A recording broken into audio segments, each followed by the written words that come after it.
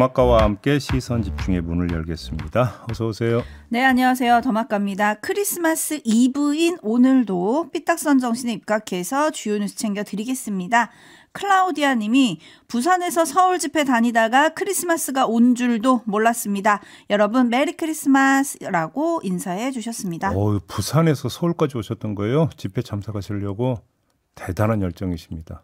박수.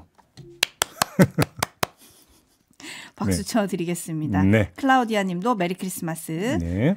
써니 디님이 아무 날도 아닌데 아이들한테 따뜻한 걸 먹이고 싶어서 미역국 끓이느라 일찍 깼습니다. 아직 40분 남았는데 아이들이 벌써 일어났네요. 성탄절 기분은 안 나고 그래도 연말 잘 맞아 보아요. 미역국과 성탄절은 뭔가 안 맞는 것 같은데.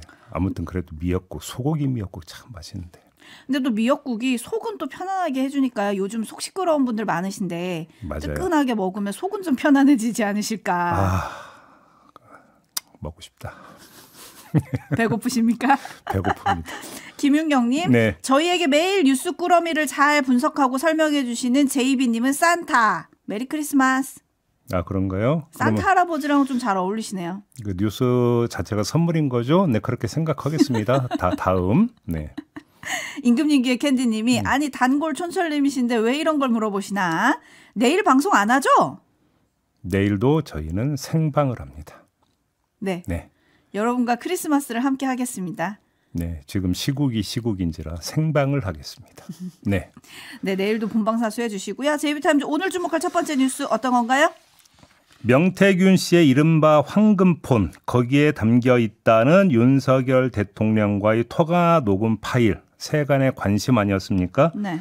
관련해서 저희가 명태균 씨의 법률 대리인인 남상권 변호사와 인터뷰를 한 바가 있었습니다. 남상권 변호사는 민주당이 공개했던 녹음 파일은 가운데 내용이 잘린 일부의 내용이었다고 하면서 잘린 내용에 무엇이 있었는지를 저희 인터뷰에서 밝힌 바가 있었습니다. 여기에 윤상현 당시 공관위원장이 등장을 하고 윤석열 대통령이 윤상현 당시 공관위원장에게 확인 지시를 하겠다라는 내용이 담겨 있었고 윤핵관 2명도 등장한다. 윤핵관 2명이 등장한다는 내용을 저희 인터뷰에서 밝힌 바가 있었는데 그 구체 버전이 이제 나오기 시작을 했습니다. 네. 그 내용을 정리해서 말씀을 드리겠습니다. 윤석열 대통령과 명태균 씨 간의 통화 내용 녹음 파일 육성 자체가 공개가 된 건 아니고 내용은 거의 다 나온 것 같습니다. 이런 겁니다. 이미 공개된 내용에 보면 김영선이 좀 해주라 했는데 당에서 말이 많네. 윤석열 대통령 이렇게 이야기하지 않습니까? 그 다음부터가 잘려 있었는데 이런 이야기가 오갔다고 합니다. 당에서 중진들이 자기들한테 맡겨달라고 하되 내가 말을 세게 했는데 윤석열 대통령이 이렇게 이야기를 합니다. 그러니까 명태균 씨가 박완수 의원과 이준석 윤상현도 다 김영선 공천을 해주려 합니다라고 대답을 합니다. 그리고 또 그런데 윤한홍 권성동 의원이 김영선 공천을 불편한가 봐요 라는 말을 덧붙입니다. 그러니까 윤석열 대통령이 알았어요. 내가 윤상현한테 한 번 더 이야기할게. 공관위원장이니까 라고 대답을 하는 내용입니다. 그리고 나서 공개됐던 제가 진짜 평생 은혜 잊지 않겠습니다. 라고 하는 대답이 나오게 된다는 겁니다. 네. 요게 윤석열 대통령과 명태균 씨 간 이루어졌던 통화 내용의 얼개라고 하는 것이고요. 두 사람 간의 통화가 이뤄지고 난 지 50분 뒤에 이번에는 김건희 여사와 명태균 씨 간의 통화가 이루어집니다. 요 내용도 공개가 됐는데 김건희 여사가 당선인이 그러니까 윤석열 대통령이었다는 거죠. 당선인이 지금 전화를 했어요 라고 이야기를 하니까 명태균 씨가 고맙습니다 라고 대답을 하고요. 김건희 여사가 다시 권성동 윤한홍이 반대하는 거죠 라고 물어봅니다. 그러니까 명태균 씨가 네 당선이 뜻이라면서요 라고 대답을 하고요. 그러니까 김건희 여사가 걱정하지 마세요. 잘 될 거예요. 요거 익히 들었던 얘기죠. 이렇게 이야기를 하고 명태균 씨가 고맙습니다라고 대답하는 내용이 담겨 있는 건데요. 이 두 건의 통화 내용을 종합을 해볼 필요가 있습니다. 왜 중요하냐? 윤석열 대통령과 명태균 씨의 통화에서 윤석열 대통령은 앞으로 하겠다라는 버전의 이야기입니다. 윤상현 공관위원장한테 한 번 더 이야기할게에서 그쳐 있습니다. 그러면 한 번 더 실제로 이야기했는지 안 했는지를 이 통화에서는 확인이 안 되는 것이죠. 근데 50분 뒤에 이루어진 김건희 여사와 명태균 씨의 통화에서는 김건희 여사가 뭐라고 합니까? 당선인이 지금 전화를 했어요라고 확인을 해준다는 겁니다. 이렇게 놓고 보면 어떻게 되는 겁니까? 윤석열 대통령이 명태균 씨와 했던 약속 그대로 윤상현 당시 공관위원장한테 전화를 해서 김영선 공천을 이야기를 했다라고 볼 수밖에 없는 거 아니겠습니까? 그렇죠. 자, 이거에 대해서 윤상현 의원이 뭐라고 이야기를 할지가 참으로 궁금하다라는 말씀을 드리겠습니다. 지금까지는 자기는 전화 받은 적 없다, 통화한 적 없다 이런 입장이었죠. 그렇습니다. 그리고 또 여기서 짚어야 될 게 윤석열 대통령 그 당시에 공관위원장이 정진석 비서실장인 줄 알았다라고 기자회견에서 그렇게 주장을 했었는데 그건 거짓말이었음이 이 통화 내용에서 확인이 되고 있는 것입니다. 그러니까요. 여러 가지가 확인이 되고 있는 내용입니다. 그리고 또 이 보도에 보면은 김건희 여사랑 명태균 씨가 2021년에 나눈 카카오톡 대화 뭐 이런 것들도 지금 다수 확보가 됐다. 검찰이. 그래서 그런 내용들도 지금 보도가 되고 있습니다. 그다음에 이 통화에서 다시 또 하나 밑줄 쳐야 되는 부분이 그 명태균 씨 말에 보면 박완수 의원과 이준석과 윤상현도 다 김영선 공천을 해주려 합니다. 라고 말하는 대목이 있습니다. 그렇죠? 이준석 의원이 다시 등장하고 윤상현 의원도 김영선 공천에 반대를 하지 않고 있었다는 점도 여기서 또 한번 확인이 되는 내용이다라는 점도 함께 말씀을 드리겠습니다. 네, 관련자들의 추가 입장이 나올지 계속 시선 집중하겠습니다. JB타임즈 다음 주목할 뉴스는요? 경찰 국가수사본부 관계자가 노상원 전 정보사령관 수첩에 기재된 내용 일부를 어제 공개를 했습니다. 수첩은 손바닥 크기의 60-70페이지 분량이었고 이 수첩 내용에 북방 한계선 NLL에서 북의 공격을 유도라는 표현이 나온다는 거고요. 오물풍선이라는 표현도 기재돼 있었다고 합니다. 북한을 자극해 국지전을 일으키려 했다는 의혹을 방증하는 내용으로 볼 수밖에 없는데 이 자체만으로도 이건 중대한 문제입니다. 외환죄에 해당한다는 지역이 지금 따라붙고 있는 상황이니까 상당히 중요한 문제다라고 봐야 되는데 이게 전부가 아니라는 겁니다. 더 심각한 내용, 더는 뭐하겠지만 마찬가지로 심각한 내용도 있는데요. 국회 봉쇄라는 표현이 함께 등장을 하고 정치인, 언론인, 종교인, 노조, 판사, 공무원 등을 수거 대상으로 적시를 했고 수거? 네. 판사 등 일부 대상자는 실명이 기재되어 있었다고 합니다. 수거라는 표현은 우리가 언제 많이 씁니까? 쓰레기 수거라는 표현을 많이 씁니다. 그러니까 이들 대상자들을 쓰레기 취급했다라는 이야기가 되는 거고요.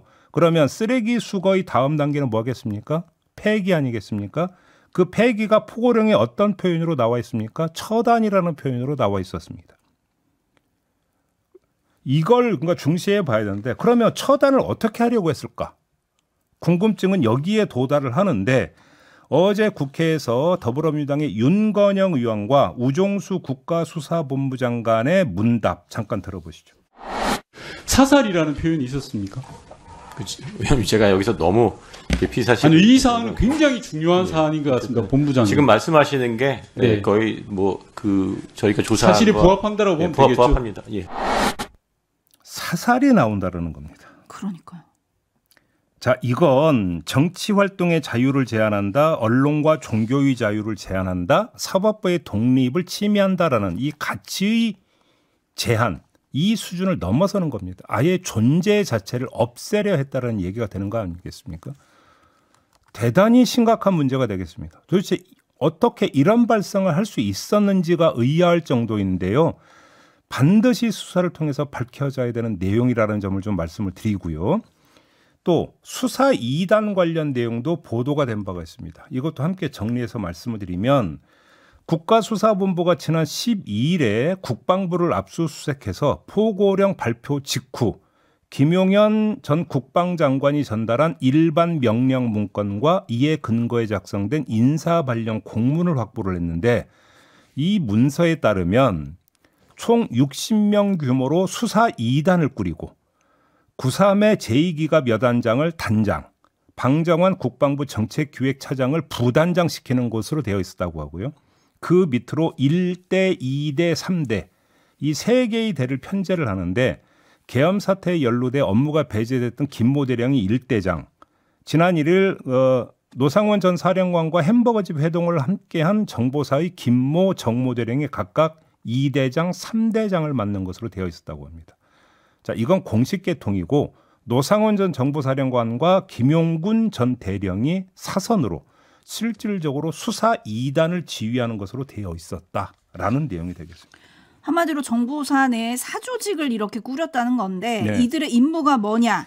이게 좀 궁금한데 이른바 수거 이건가요? 자, 일단 먼저 나오는 게 이 노상원 전 사령관이 지난달 17일 수사 2단 2대장으로 그 편제돼 있는 문서상으로 그렇게 편제됐던 김 대령에게 A4 용지 20여 장 분량의 문서를 전달한 바가 있었다고 합니다.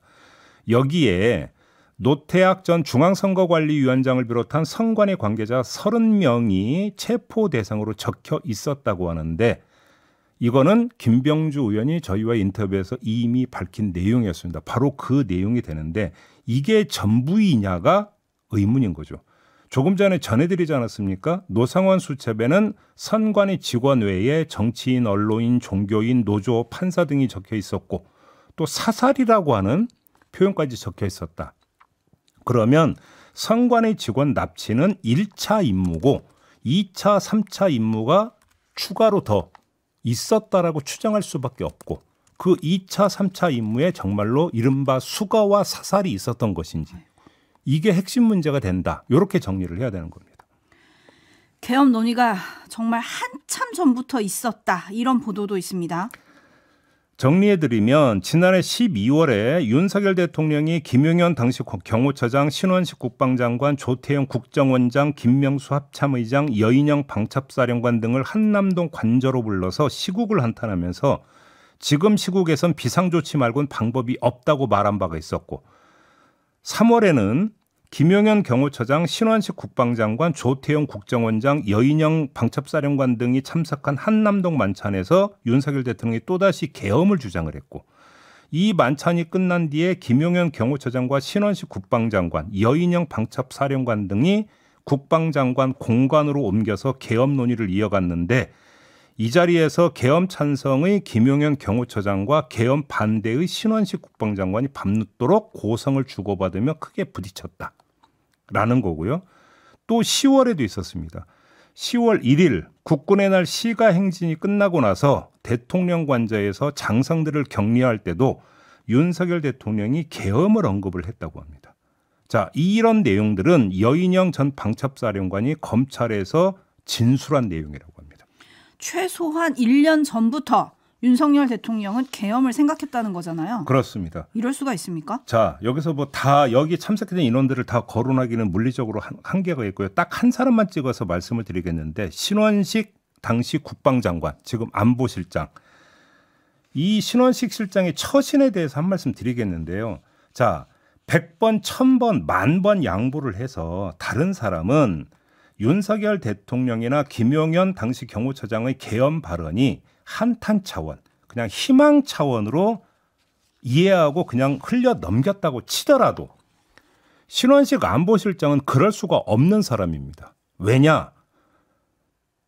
자, 이미 여러 차례 계엄 얘기를 들은 상태에서 자신을 안보실장으로 돌리고 계엄 찬성파인 김용현 경호처장을 국방장관으로 앉혔잖아요. 그러면 윤석열 대통령이 왜 자신을 대신해서 김용현 경호처장을 국방장관으로 앉혔는지 그 이유를 누구보다 잘 알았던 사람이 신원식 현 안보실장이라고 봐야 되는 거 아니겠습니까? 계엄 준비 차원이었다라고 인식 안 할 수가 없는 거 아니겠습니까? 그런데 왜 그동안 입 꾹 닫고 있었느냐라고 하는 반문에 이렇게 되면 봉착을 하게 되는 겁니다. 이거는 말이 안 되는 지금 처신 아니겠습니까? 정리를 하면 자기 자리와 음모를 맞바꿨다. 이렇게 비판하면 뭐라고 하겠습니까? 한번 대답을 듣고 싶습니다. 정말. 항변하겠죠. 나는 반대했다. 그런데 도저히 막을 수가 없었다. 아니 반대를 했는데 막을 수가 없었고 막지 못해서 계엄을 해야 된다고 주장하는 김용현이라는 사람을 국방장관에 앉혀서 계엄 실행 국면에 들어갔다면 세상에 알리든지 국회에 알리든지 양심 고백을 하든지 뭐를 했었어야 되는 거 아니냐라는 겁니다. 왜 입국 닫고 안보실장 해라 그러니까 네 혹은 왜 임명장 덜컥 받느냐 저는 이걸 지금 물어보고 있는 겁니다. 답할지 모르겠습니다. 시선 집중하겠고요. 정YH님이 내란죄 가담자들이 수거 대상이네요 라고 해주셨고 권광윤님은 들을수록 역대급입니다. 훗날 후손들이 어떻게 평가할까요? 라고 적어주셨네요. 네. JB타임즈 다음 주목할 뉴스는요? 윤석열 대통령 측 석동현 변호사가 어제 기자들 앞에서 여러 주장을 했는데요. 딱 2개만 골랐는데 한번 평을 해보겠습니다. 먼저 첫 번째 얘기부터 들어보시죠. 그러니까 결국은 왜 이렇게 비상계엄까지 하게 됐는지 하는 그 부분에 우리는 주목을 해야 됩니다. 그러한 과정을 수사기관이 안 물어주면 대통령이 수사기관에서 얘기를 어떻게 할 겁니까? 자, 이 얘기는 한마디로 주객전도인데요. 신문 받아야 하는 피의자가 신문할 수사관에게 신문 가이드라인을 주는 거 아니겠습니까? 그런 점에서 주객전도다 이 말씀 드리고요. 두 번째 말 들어보시죠. 그러니까 대통령 입장에서는 탄핵 심판이 우선이다 생각합니다. 네, 수사보다 탄핵 심판이 우선이다라는 주장인데요. 그걸 잘 아는 사람이 그럼 왜 헌법재판소 서류 수치는 거부를 했습니까? 그럼 이거 냉큼 받았어야 되는 거 아닙니까? 그런데 왜 수치 거부하고 계속 버텼습니까? 석동현 변호사는 탄핵소추 10일은 너무 짧다, 준비하기 너무 짧다 이렇게 하소연했던데 윤석열 대통령은 계엄 선포 후 10일 만에 담화를 통해서 자신의 정당성을 장광설로 강변한 바가 있었습니다. 그때도 10일이었습니다. 이거 강조를 하고요. 한마디 더 하겠는데요. 윤석열 대통령은 왜 자꾸 뒤로 숨습니까? 아니 선임계도 내지 않은 다시 말해서 지휘상 공식적 법률 대리인도 아닌 사람입니다. 석동현 변호사는. 그냥 친구 변호사죠. 왜 친구 변호사를 앞세워서 언론 플레이를 합니까? 하고 싶은 말이 있으면 국민 앞에 나와서 당당히 입장을 밝히는 게 아직도 대통령 신분을 유지하고 있는 사람의 올바른 처신, 올바른 자세 아니겠습니까? 이 말씀도 꼭 전달해 드리겠습니다. 네, 저는 석동현 변호사의 말을 들으면서 그냥 이 말이 생각났습니다. 진짜 핑계 없는 무덤 없다. 그죠? 네. 네. 그리고 지금 레드헤어님은 그러면 우리 국민들이 비상계엄을 왜 했는지를 이해해 드려야 합니까? 제 말이. 네. 라고 물어주셨습니다. 그리고 디아블로님은 교통사고가 났는데 거기 왜 서 있냐고 따지는 것과 지금 비슷한 것 같다. 네. 뭐 이런 얘기들이 많이 올라오고 있는데 네, 뉴스를 보면 한숨 난다는 분들 많으시고요. 저희가 시작할 때 미역국 얘기 잠깐 했잖아요. 네. 류누님이 성탄절 미역국 맞는 것 같은데요, 제이비. 예수님의 생일이잖아요. 아, 그렇네. 예. 정정하겠습니다. 네, 제 생각이 짧았습니다. 마무리할게요. 더마카 수고하셨습니다. 고맙습니다.